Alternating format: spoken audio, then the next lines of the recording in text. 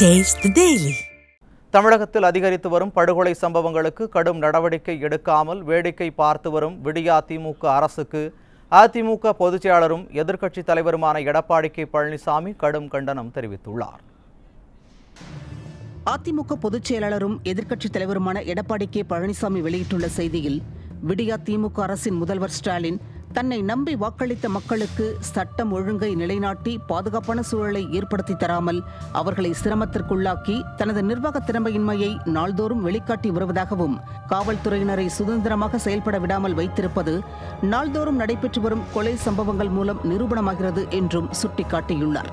விடியா திமுக ஆட்சியில் கொலைகள் செய்வதையே தொழிலாக கொண்டு பலர் தமிழகம் முழுவதும் சுற்றி சுற்றி வந்து வெறியாட்டம் ஆடுவதும், பல கொலைகளில் ஈடுபட்ட கொலையாளிகளை கண்டுபிடிக்க முடியாமல் காவல்துறையினர் திணறுவதும் கண்கூடாகும் என குறிப்பிட்டுள்ள பொதுச் செயலாளர், பகுஜன் சமாஜ் கட்சி, காங்கிரஸ், அதிமுக, நாம் தமிழர் கட்சி நிர்வாகிகள் என கட்சி பேதமின்றி பல படுகொலைகள் அரங்கேறிய வண்ணம் உள்ளதாகவும், ஒரு சில கொலை நிகழ்வுகளை தவிர ஏனைய குற்றங்களில் உண்மை குற்றவாளிகள் கண்டுபிடிக்கப்படவில்லை என்றும் பொதுச் செயலாளர் தனது அறிக்கையில் குற்றம் சாட்டியுள்ளார்.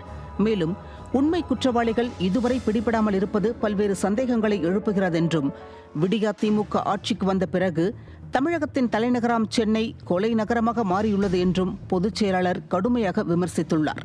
தமிழகம் முழுவதும் கடந்த 200 நாட்களில் 595 கொலை சம்பவங்கள் அரங்கேறியுள்ளதாக செய்திகள் தெரிவிக்கின்றன என குறிப்பிட்டுள்ள பொதுச் செயலாளர், தமிழகத்தில் சென்னை மாநகரில் மட்டும் 86 கொலை சம்பவங்கள் அரங்கேறி முதலாவது இடத்தை பிடித்துள்ளது என சாடியுள்ளார்.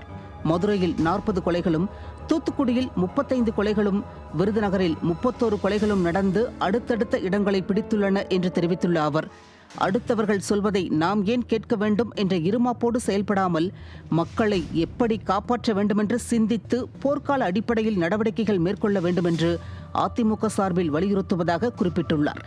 கையில் அதிகாரம் இருக்கிறது என்ற மமதையில் தொடர்ந்து காவல்துறையை தங்களின் சுயநலத்திற்காக ஆட்சியாளர்கள் ஏவல் துறையாக பயன்படுத்துவார்களே, ஆனால் அரசியல் பிழைத்தோர்க்கு அறம் கூற்றாகும் என்பதை நினைவூட்டுகிறேன் என கழக பொதுச் செயலாளரும் எதிர்க்கட்சித் தலைவருமான எடப்பாடி கே பழனிசாமி குறிப்பிட்டுள்ளார்.